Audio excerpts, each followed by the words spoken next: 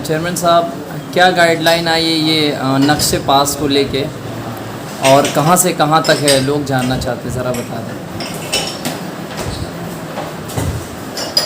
आज शहादतपुरा खासतौर से आज़म रोड तिराहे से, गाज़ीपुर तिराहे से लेकर और PWD तक जो व्यापारी रोड पर हैं या पुरानी तहसील के लोग हैं, रोड जो गया हुआ है मछली अड्डा होते हुए, और उसके अलावा शहर में चारों तरफ जो यहाँ प्लान है 2021 का, काफ़ी लोग परेशान हैं और तरह तरह के विचार लोगों के मन में आ रहे हैं।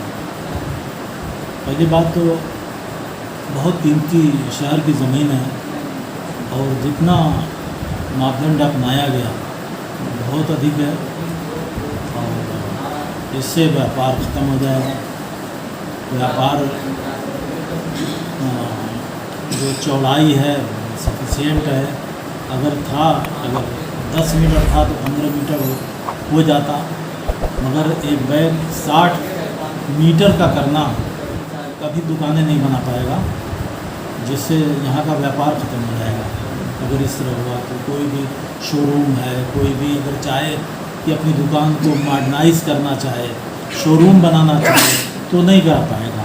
वही परंपरा, इस डर से कि अपनी परंपरागत जैसे टूटी फूटी दुकान है उसी को करता रहेगा कि ताकि हम तोड़ फोड़ करेंगे तो अभी प्रशासन हमारा काम रोक देगा, तो उससे यहाँ शहर सुंदर बनने में बाधा है।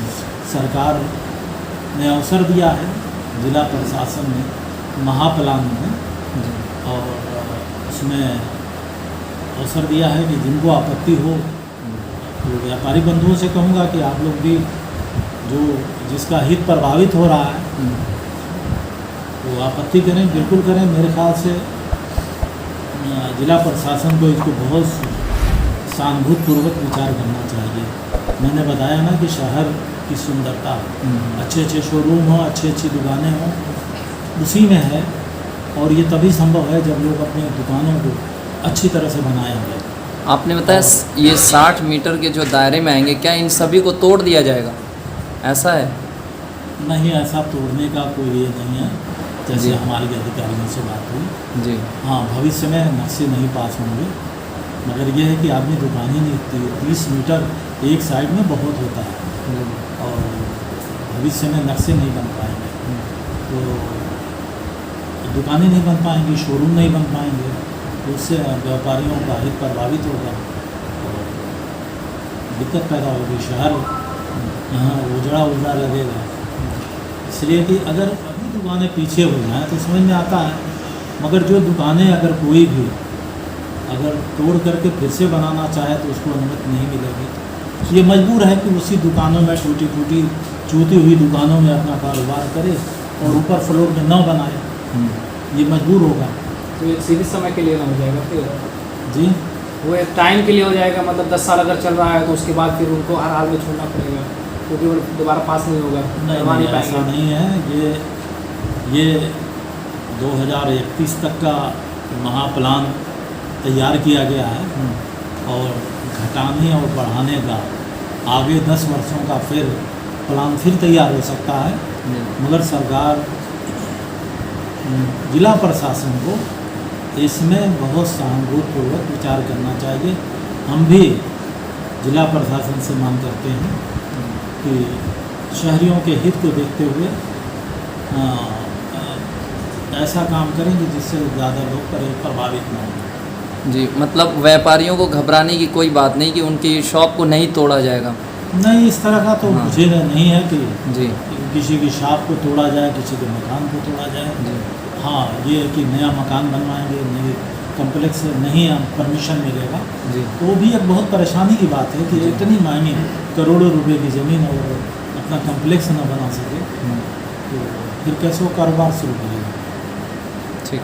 मेरा नाम शंकर कुमार अग्रवाल है। जी, आज नगर पालिका आए हैं चेयरमैन साहब से मिलने, क्या प्रॉब्लम है आप लोगों की? हम लोगों की प्रॉब्लम ये है कि जो सरकार का एक जियो आया हुआ है जी 60 मीटर रोड को चौड़ा करने का, वो फाटक से लेकर के जो गाजीपुर गाजीपुर तिरहा तक है, इसमें हम लोगों की व्यवसाय और दुकानें और प्लस कुछ मकान जो कि 10-15 फुट अंदर टूट जाएंगे या गिर जाएंगे, तो हम व्यापारी और व्यापार वर्ग क्या करेगा और हम अपने व्यवसाय को कैसे चलाएंगे जब ये रोड चौड़ीकरण में आ जाएगा, जबकि वहाँ पर इसकी आवश्यकता है नहीं। वो ऑलरेडी डिवाइडर से 20 फुट 25 फुट चौड़ी है, यानी कि आज के दिन दोनों तरफ अगर डिवाइडर मिला दिया जाए तो वो 60 से 65 फुट चौड़ा है और उसमें आराम से 2 बसें आराम से आ और जा सकती हैं।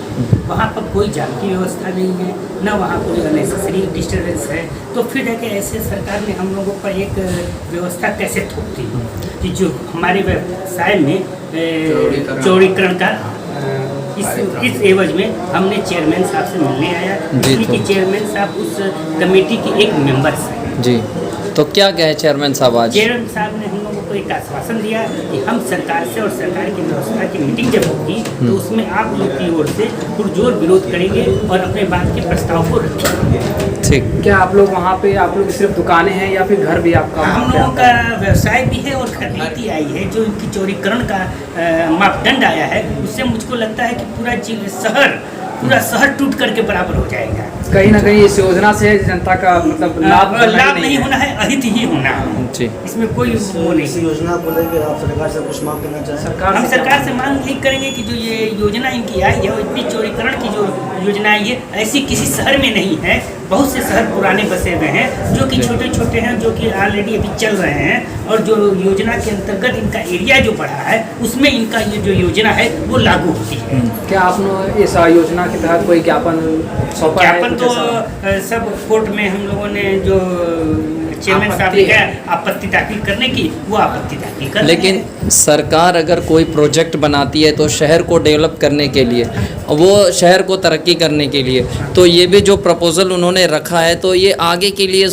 भविष्य में अच्छा होगा, इसके लिए तो सोच के रखा है। नहीं, देखिए क्या कहेंगे? सरकार ने इसके लिए अगर प्रपोजल को अच्छा रखा है, जी। मगर ऐसा नहीं कि शहर को तोड़ करके वो नए शहर के विकसित, जैसे इन्होंने जो अपना महानगर का योजना बनाई है, तो वो जो योजना के अंतर्गत जो देहाती क्षेत्र आ रहे हैं उसमें अपने नियमावलियों को लागू करे और उसका चौड़ीकरण करे, जिससे कि शहर का विकास हो, शहर सुंदर हो, बढ़िया हो। मगर ऐसा नहीं है कि जहाँ पतली सड़कें हैं, जहाँ नई व्यवस्था है, उसको पूरा काट करके आधा कर दे। ऐसा तो पूरे शहर को नुकसान करना है। चलिए ठीक।